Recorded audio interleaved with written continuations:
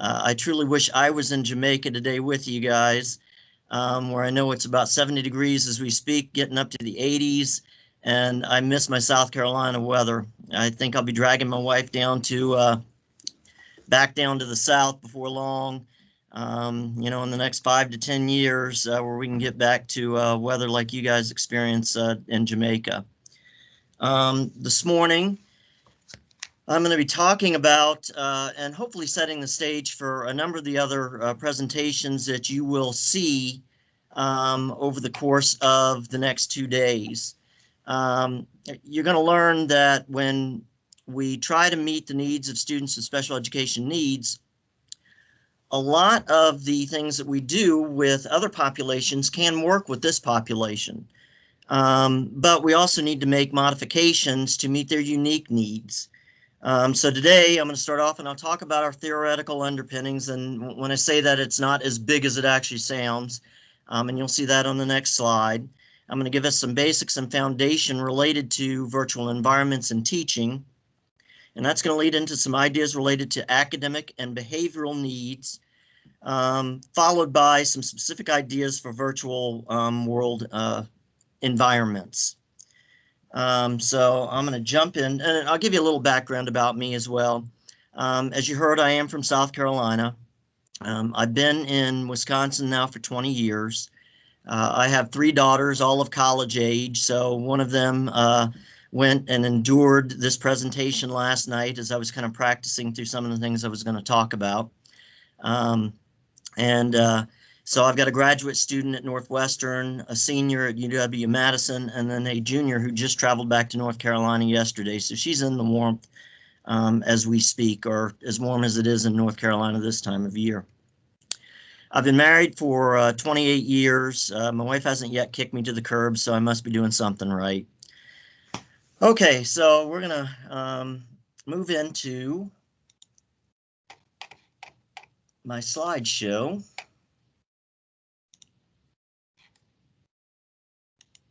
And here we go. So one of the things that we need to know is the philosophy, or how we start off with teaching, is going to influence the things that we do and how we approach teaching, regardless of the population that we're talking about. So one, we need to understand that all children can learn, regardless of delivery model, regardless of background, regardless of who they are.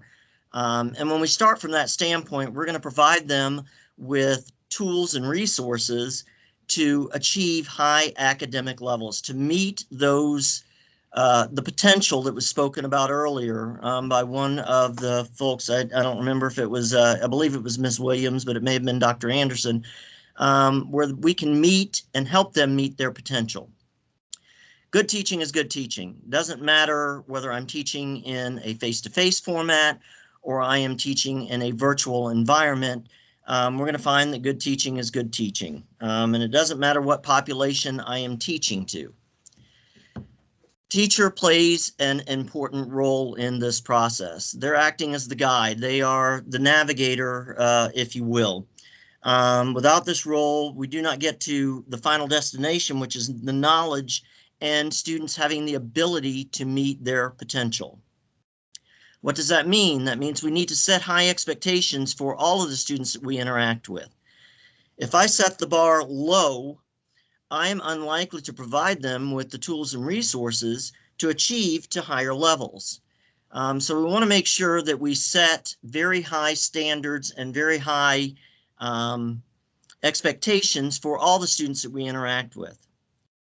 It's important to create a safe learning environment. And what that means is, we often think about safe learning environments. We may think about the physical environment, but it also indicates that we need to look at the learning environment. And I think back to when I was teaching at the elementary school level. I taught for a number of years in South Carolina in a self-contained classroom that met the needs of students with behavioral disorders. I had both struggling all the way up to students who were very strong readers. They were gifted readers.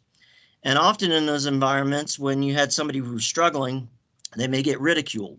So I had to create an environment where they felt comfortable taking academic chances. And what that means is, or at least the way I structured it, is I would have my proficient readers help the struggling readers so that at the end of the day, we learn that it's much more difficult to ridicule or make fun of an individual when you're helping them. So that was one step that I made to create that safe learning environment. We need to address various learning styles to meet the needs of all learners. And of course, this becomes more unique when we start talking about virtual learning environments. But we can still do things that address the needs of our visual learners, auditory, and of course we've got the PowerPoint with the pictures. You're listening to me talk, we're hitting auditory, but we also are going to talk about things like tactile. So for instance, if I'm talking about the circulatory system, making sure, and you'll hear a repeat of this in a second, it's on another slide, but making sure that the students have at their disposal everything that they need to learn about the circulatory system. Or if I'm talking about, social skills, whatever they need to meet that lesson, I need to make sure that they've got it at their fingertips. When I talk about kinesthetic, what I did when I talked about the circulatory system with my students is one of the things is everybody would take their heart rate at rest. Then they would follow up and do a little exercise. So we could get on the screen and do jumping jacks. That would get our heart rate going. And then again, take our heart rate after we've done a little exercise and then compare the two. But that's getting at that kinesthetic learning where they've got an opportunity to do some movement. My oldest daughter is certainly a kinesthetic learner. I can remember her learning over the years where she would be running around the house as she was learning different material. So we've got to make sure that we meet all those different learning styles. Involving the students in the decision-making process whenever possible is very important, whether it be involving them in establishing the rules, whether it be rules that govern a classroom or rules that govern a virtual learning environment. And then ultimately, we need to plan for the unexpected. We've seen a little bit of the unexpected this morning. Technology often gets in the way of the goals that we set for a learning session. And we need to be able to, talk in an impromptu manner at times when we don't have somebody that's easily moved to within a virtual environment, as an example. If I had a guest speaker that were speaking for in a class of mine. So this is going to kind of set the stage for a number of slides that we'll be going through here in a second, is understanding that technology offers benefits and challenges. And I'll talk about those benefits and challenges here in a short while. Understanding that teachers are essential to the learning process. I talked about teachers as a navigator, but they're going to set the platform and the stage for the learning of all the students that they come into contact with. And again, this isn't novel to a virtual learning environment. This happens whether we're talking face-to-face or virtually. We need to get to know your platform, and on a subsequent slide, we'll see some of those elements that we need to take into consideration as we are considering the virtual learning environment. What do we need at our disposal to make this a successful learning platform? And knowing that means we need to teach students strategies to navigate within that platform, and we'll see some of those here in a second. So what are some of the benefits associated with virtual learning environments? So convenience and flexibility, we can be anywhere in the world, as we see. I am here in cold Wisconsin. I'll be shoveling snow when I get home this afternoon. Whereas we have everybody else, or most of the other folks that are listening in Jamaica. So we're able to connect from very long distances. Some students may be more likely to participate in a virtual learning environment. Now, the same is true within a face-to-face format. Some students are going to be comfortable in that format. Some are going to be comfortable in a virtual environment. So understanding that we need to create opportunities for them to participate and to support those students who may be less comfortable within this new environment. Understanding that the virtual environment can produce increased student engagement. And then understanding that this can increase efficiency. One, where we meet the needs of a bunch of students. If we've got a student that is ill, but is, and let's say they're contagious, we can still reach them even though they wouldn't be able to come into a face-to-face learning environment. where we can still socially distance. And it was funny as I was watching and thinking about social distancing, and I'm seeing box, box, box beside each other. You know, here's one of my stupid dad jokes, as my daughters would say, that they weren't social distancing, but we're able to social distance in this particular situation. So we look at the challenges. So we need to have a knowledge and comfort in the use of technology, and especially as we are in the early stages of involving this particular platform, we're not as comfortable, and that's going to take time. And there are going to be new people who come into it, and we need to develop a comfort level with that. And I'll talk about how we address that here shortly. We need to re-envision the course goals, activities, and assessments that we use, because while we can modify them and move them, those that are used in a face-to-face environment, it may not be a seamless jump or transition. So we need to make sure that we address those changes that need to be made. Building a community of learners. It's very different. In a face-to-face environment, I can put 2 tables together and chairs around, and we develop that community. That may not necessarily happen as easily in a virtual environment. So we need to create in settings, and I'll talk about breakout rooms, but breakout rooms is one way to accomplish that, where you get smaller groups working together. We can set up activities that you do outside of the virtual learning environment, or at least in terms of the actual synchronous sessions where they can work together, but we're given an opportunity for them to make connections among themselves. And then understanding that there are different ways that we may facilitate discussions in this environment than we do in a face-to-face environment. In a face-to-face environment, I may have my students raise their hands. Whereas in a virtual environment, I may have to teach them how to use emojis in order to get my attention, or use the chat function. And we'll see that on some subsequent slides as well.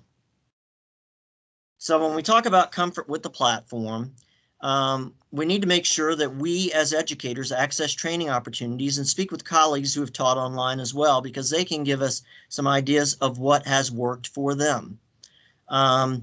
Platform features. I know that this particular session is being recorded, so I need to understand how to enact or enable that function. Muting function. Do I want to mute everybody, or do I want my students to mute themselves? Video control, the same kind of idea. Am I able to share the documents like I'm sharing this with you guys this morning? What is the button I push in order to accomplish that goal? And then I've talked a little bit about creating breakout rooms as well. I know we're kind of under a time crunch, so I'm not going to go into a lot of detail about that. So course components that you need to take into consideration. I've talked a little bit about this, so I'm not going to go into a lot of depth, but we need to make sure that the goals, activities, and assessments from face-to-face can work in an online environment. How do we make that change? What are the modifications that we need to make these successful? So again, as we're going through this, you're realizing that I'm setting the stage for good teaching, which often happens parallel, whether it's face-to-face or a virtual learning environment. So I talked about that community. We need to still recognize the need for frequent contact with students between the instructor or educators and their students, as well as contact between students to students, which is kind of the representation that is there. And we need to create those opportunities, whether it be in breakout rooms, whether it be via email. We need to designate areas and approaches for questions. And I know that somebody's tracking the chat function where folks may be typing out questions that they've got, which will come at the end. Additionally, you'll see my email at the end. I know that this PowerPoint will be posted, I believe, in the portal. So you'll have my email address if you want to follow up with questions after this presentation is over. And then, as I've said, providing opportunities for student-to-student interactions, and that may be in presentations that they make, in group projects that they do. Those can happen in a face-to-face or a virtual environment. We just need to reconceive how we approach those different goals in the different learning environments. So how do we facilitate discussions? One is we need to set expectations. What are the expectations for a virtual environment? and some of which may be different than the face-to-face environment, but we still can involve the students. And why is it important to involve the students? One of the reasons is more heads are better than one. They're going to have some ideas from a perspective of a student that I may not think of as an instructor. Additionally, when they are involved in generating those guidelines, they now have ownership, and they are more likely to follow them because they help to develop them. Then once we've developed those, we need to give them opportunities to practice. We don't expect that they master those skills that are set up immediately. And then we may find that some of the ideas that we establish don't work real well. So through practice, through actual using these particular guidelines or putting these guidelines into practice, we may find that we need to modify. So we modify that as necessary. We need to set the stage for how do we guide the path of discussions. Making sure that we act as that facilitator, letting students guide it when it's appropriate as well. And then back to that idea of creating a safe learning environment. As I talk about learning, there are a couple of different things I've thought about. As simple as the environment that we talk about, that we need to think about the environment that we're in. And I'm sitting here in this rolling chair and I keep on rolling back to my screen. We don't think of those things until we get into them. So we may need to make modifications even on the fly, like we do in a regular classroom setting. Understanding that we may approach this from different situations. So did we start off in a face-to-face format and move to a virtual environment? So where I got some of these ideas, when I first started conceiving of this presentation, I reached out to instructors who are actually in the classroom right now. One of which was my daughter in the spring. She was an aide in a special education classroom in Wisconsin, and she was teaching virtually for a number of months, so I got some ideas from her. I also reached out to a local elementary school, to a teacher where I'm doing a pen pal program with my college students and a third grade classroom, and he gave me some ideas. And they started off in a face-to-face format and then moved to a virtual learning environment. So what that means is they were able to establish relationships with their students in a different way than if I immediately started off in a virtual setting.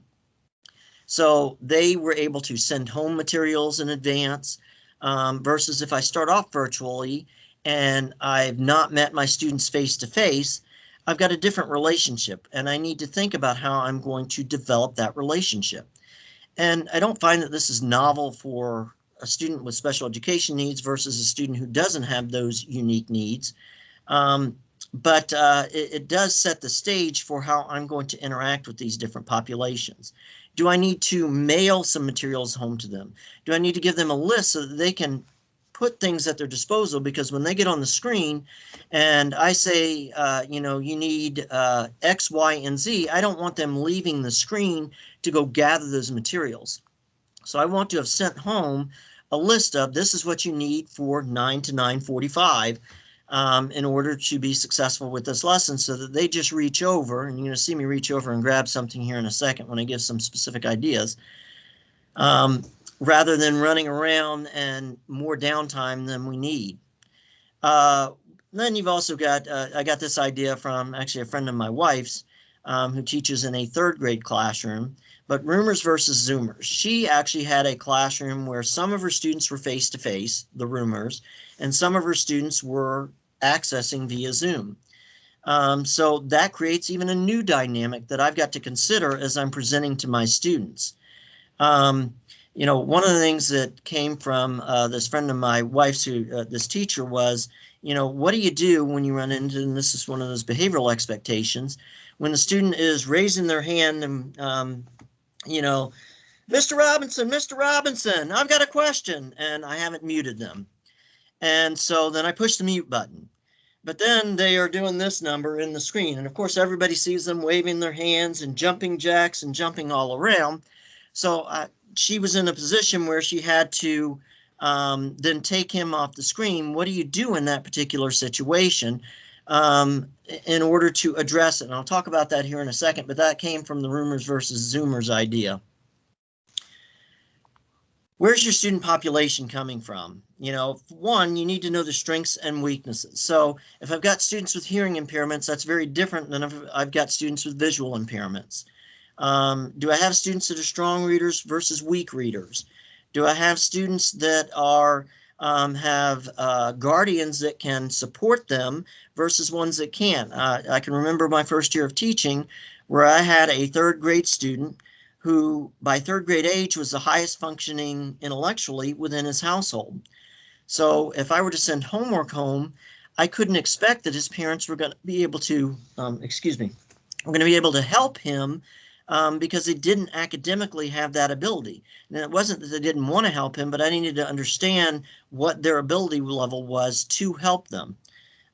So I'm identifying where he's coming from as a student in the environment that he's in, including his emotional needs. Do they have reliable access to Wi-Fi? As you're looking at the background that I am in right now, you're noticing my office. I'm not at my household where many of you are because I don't have reliable Wi-Fi. Matter of fact, if I were at home right now, everything I say is at a delay. So somebody often is talking, and then all of a sudden I come in, even though I was talking before they were on my screen. So I had to come to work to ensure that I had reliable Wi-Fi to do this presentation. Well, many of our students may be in that particular situation, and we need to create opportunities for them to access the information despite not being able to access it in the way that we had originally planned. So I'll talk a little bit about asynchronous versus synchronous learning environments here in a second. Living situations. Are they in a household with siblings? So they hear a crying toddler in the background, or you hear music in the background that the parents are, playing. Those can set up distractions, and I'll talk about some ideas there here in a second.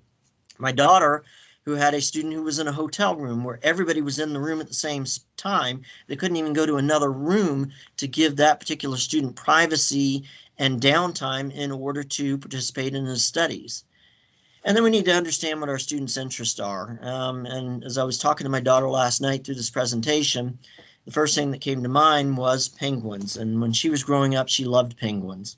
So I can use penguins as the foundation for teaching a lot of different languages, a lot of different topics. Here, I'm going into different languages now. But a lot of different topics. I can talk about math where we measure what are the different sizes of penguins and then add them up if I'm in an elementary school level. If we're in a high school level, doing more in-depth studies related to ecosystems. I could even bring in, my in-laws gave my middle daughter this tall penguin that's certainly knee to thigh height that we can use as a representation, and then we could measure the penguin. But I'm focused then on the interest of the students and also bringing in my own interests, because when I bring in my own interests, I'm going to be enthusiastic about the topic matter. If I do the Charlie Brown teacher or adults, they always talked in a wah, wah, wah, wah, wah, wah, wah. You didn't hear what they were saying. Students are going to gloss over, and they may be looking at me, but despite looking at me, they may not be taking in any information whatsoever. So I need to make sure that I'm interested in it and enthusiastic and communicate that enthusiasm to them as well. So a little further on locations, are they with a child care provider? So child care provider A may be able to support the student, but another child care provider may not be able to, and it may be the background, it may be their concept of what their role is. Are they in a grandparent's home?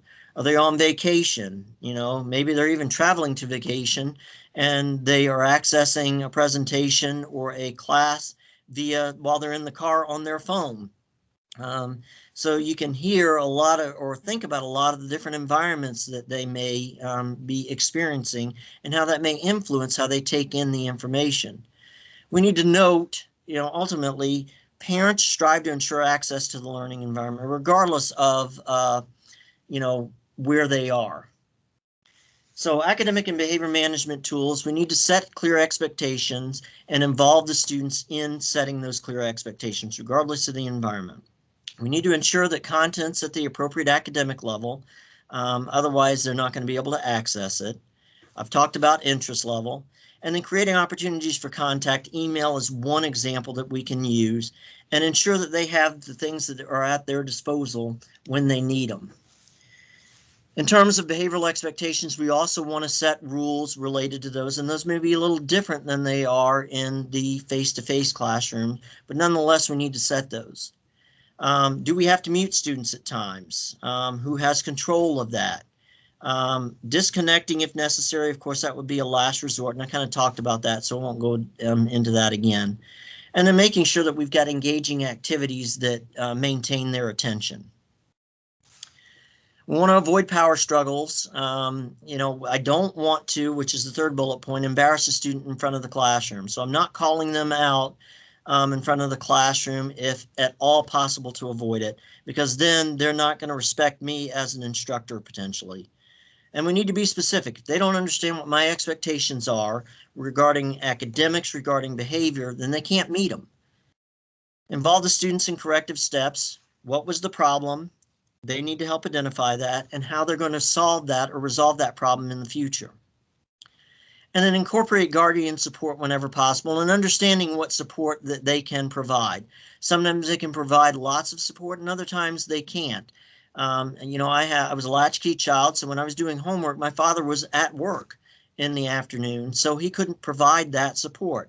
So I need to understand where my students are coming from. I need to get to know my students. We need to create a strategy for students to request assistance. Is it by hitting a hand emoji? Is it by physically raising their hand? I might even create an opportunity, a sign that they put up, and it can be a green piece of paper that they hold up versus a red piece of paper. If they hold up green, okay, they think they understand the expectations. If they hold up red, they've got questions. And those are quick and easy ways that don't take away from the lesson while allowing me to gauge and assess where students are. Make sure they know what they need in advance so they've got it at their fingertips, which means I need to plan out those strategies. And I need to plan for early completers, because if they are completing early, then they're going and playing the music, they're going and off screen, and that's creating other distractions. So if I am, it could be you pick up a book and you read, you do an enrichment activity that doesn't need an extra worksheet that's busy work, but something that's of interest to them, that it gives them things to build on what we're teaching about, but allows them to continue on when the rest of the students are still completing what you originally had planned. Allowing for downtime. I can't expect that they're going to go from 8 in the morning to 5 in the afternoon. We need to give them opportunities for downtime and talk about things that they may do in that downtime. Is that a bathroom break? Or is that snack time? When we talk about those rules, do I expect that nobody's drinking? You don't want to see the instructor eating on camera.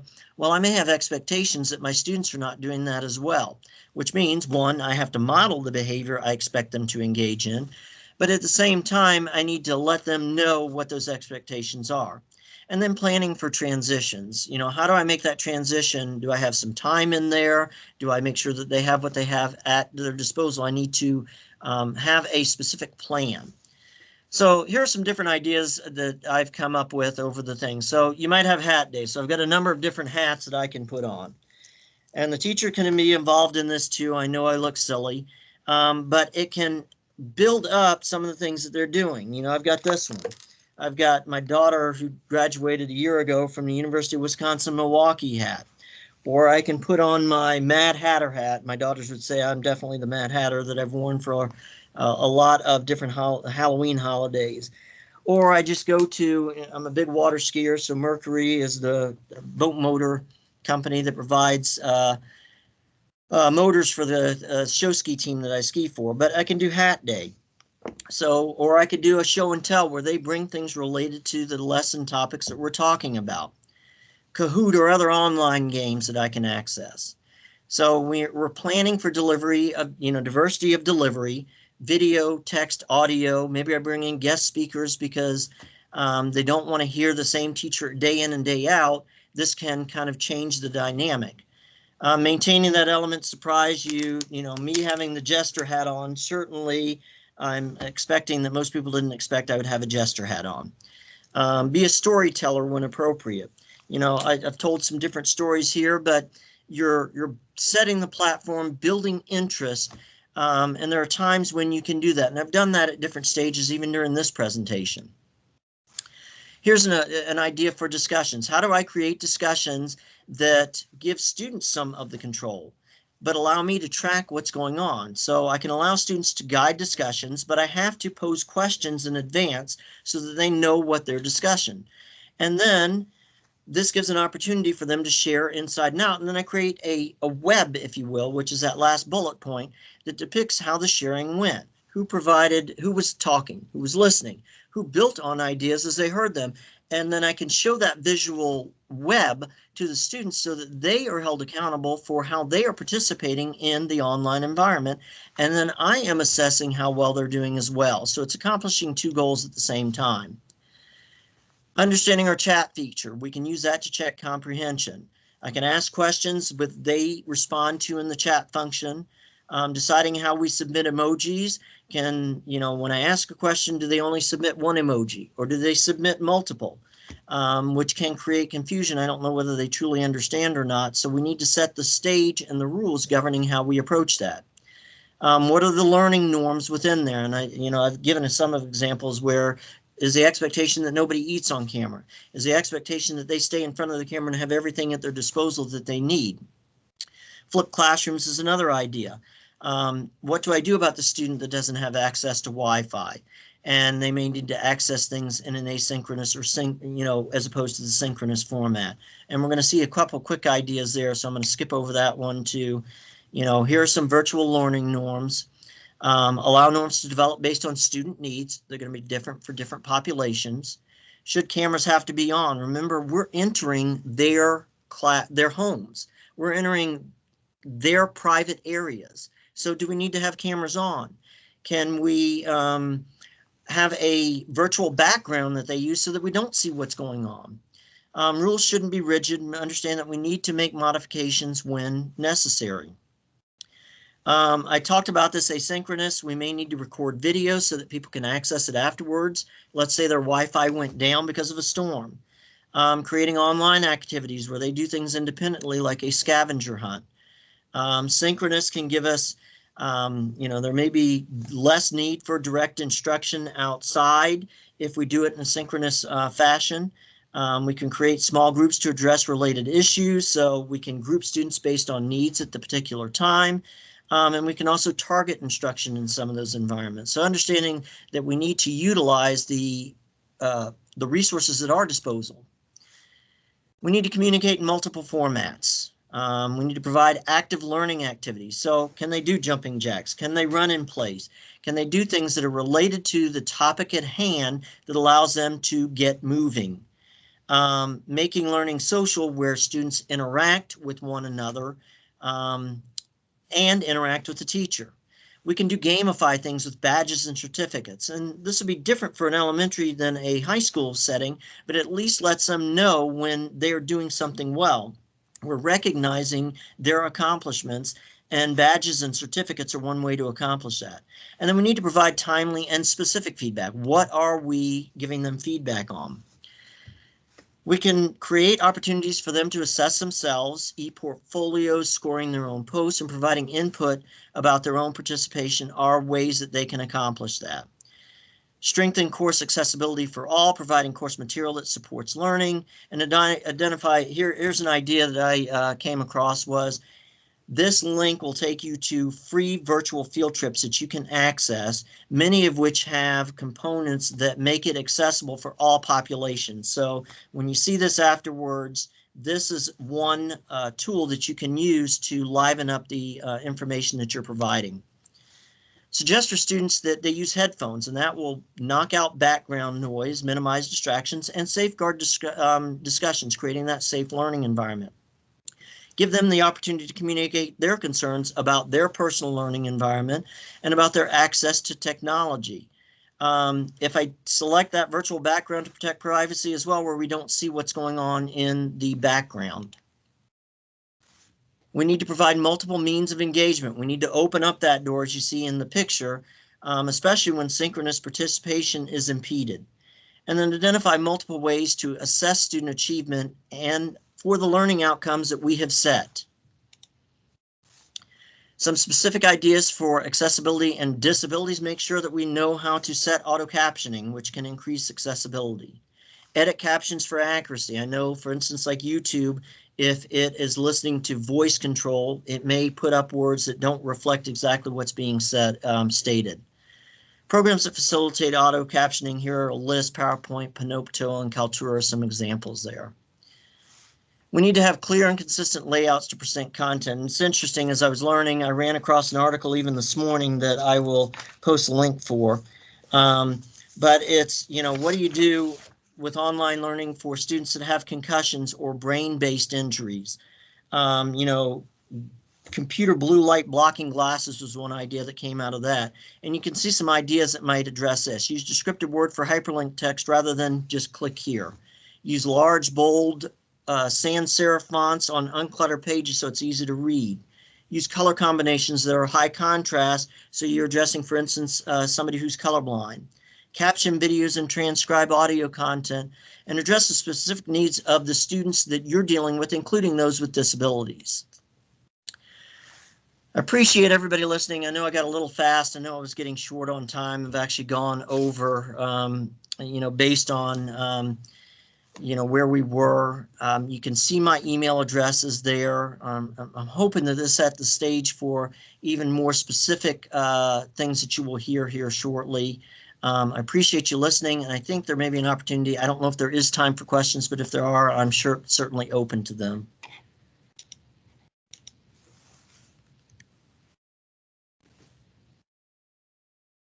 I'm hoping everybody heard that. My hair's all a muss because of the hats I had on. Thank you so much, Professor Robinson. And we certainly enjoyed your presentation. I'm sorry, because this is a plenary session, there will be no place for questions. However, like you saw, his email address was up, and you can always email him. Questions. Could you hold on one moment for me, please? Okay, yes. So I would just like to say that it was an excellent session. I really enjoyed listening to you.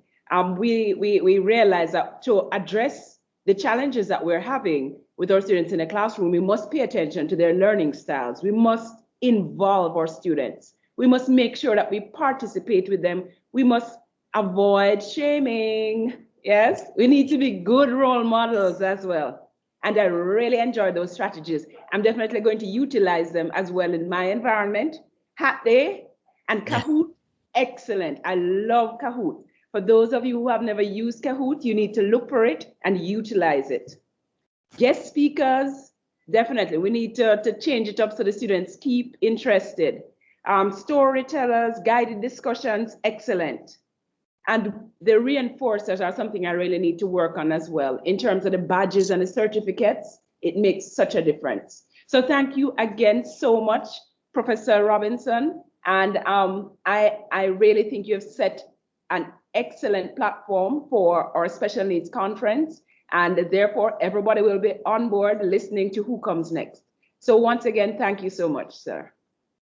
And for our audience, I'd just like to say at this time, our JTA president, Mr. Jasper Gabriel, is now here, and so he will be bringing greetings for us. And thanks again for joining us. So we're going to have Jasper Gabriel, and then we'll go out into our concurrent sessions. So what you need to start doing is listen to Mr. Gabriel, and then look out for your concurrent sessions. In your concurrent sessions, you will be able to ask questions though. But remember that for Professor Rowland, you need to email your questions to him. Thank you so much again, Professor Rowland.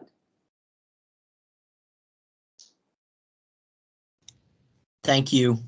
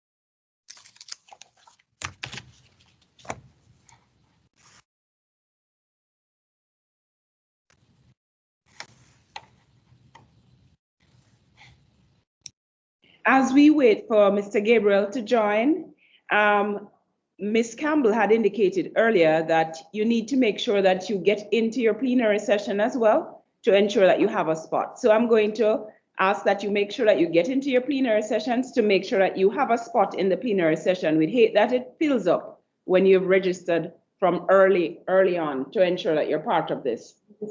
And we're going to, like you've seen, we have quite a variety of sessions. I think we should be able to meet all the needs that you have in terms of challenges that you may be having in the online environment and also the environment of students with special needs. Mr. Gabriel is here, so at this time, we invite Mr. Gabriel to join us and bring greetings from the Jamaica Teachers Association. Good morning, Mr. Gabriel. Thank you so much. Good morning to you, and let me extend apologies for the delays. I'm actually in St. Elizabeth in the rural parts, but I'm absolutely delighted that I have the opportunity to bring greetings in this very, very special function. And so I greet our Honorable Minister of Education, Dr. Garth Anderson, Principal of Church Teachers College, and all members of the faculty there. Dr. Amy Stevens, Dr. Robbins, now wonderful guest speaker. All participants, I greet you well.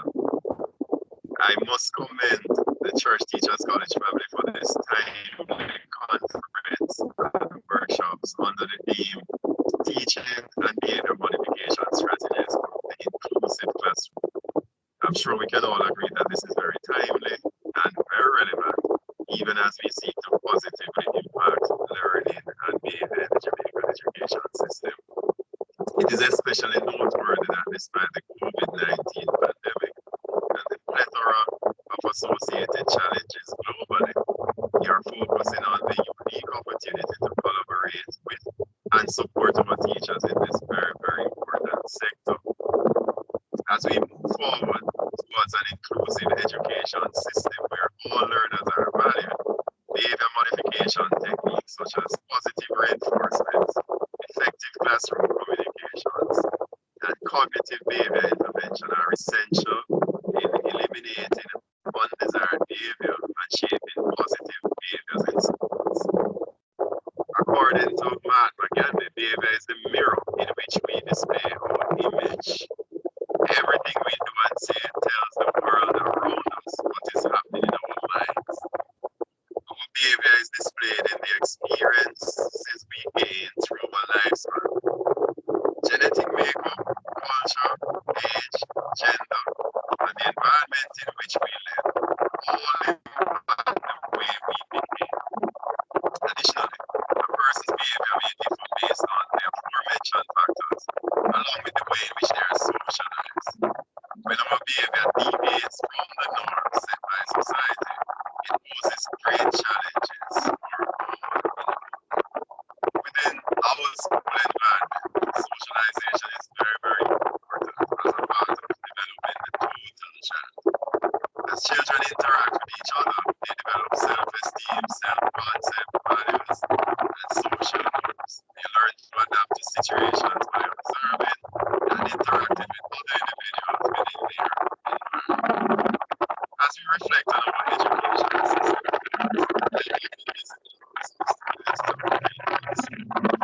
we see very many barriers. Teachers are concerned with the disruption of teaching as we administrators are concerned with lawsuits and national examinations. Will agree with me that indiscipline is high demand in our schools and education system. Additionally, it has a negative impact on the push towards a more civilized and progressive society. I am therefore confident that at the end of this conference, we'll be better equipped with the strategies to foster appropriate behavior, maintain classroom discipline, and provide hope for the most challenged learners. I wish you well as we go through this aid, special education conference and workshops, and may we all continue to unite and support. Thank you so much. Thank you so much, Mr. Gabriel. I am so pleased that you were able to join us, even though I can see that you're on important business. So please ensure that you have a productive rest of the day and join us as much as you can, even though you're moving along. That's the good thing about the virtual engagement. That I've been able to join and to participate. Great initiative. Thank you very much, sir.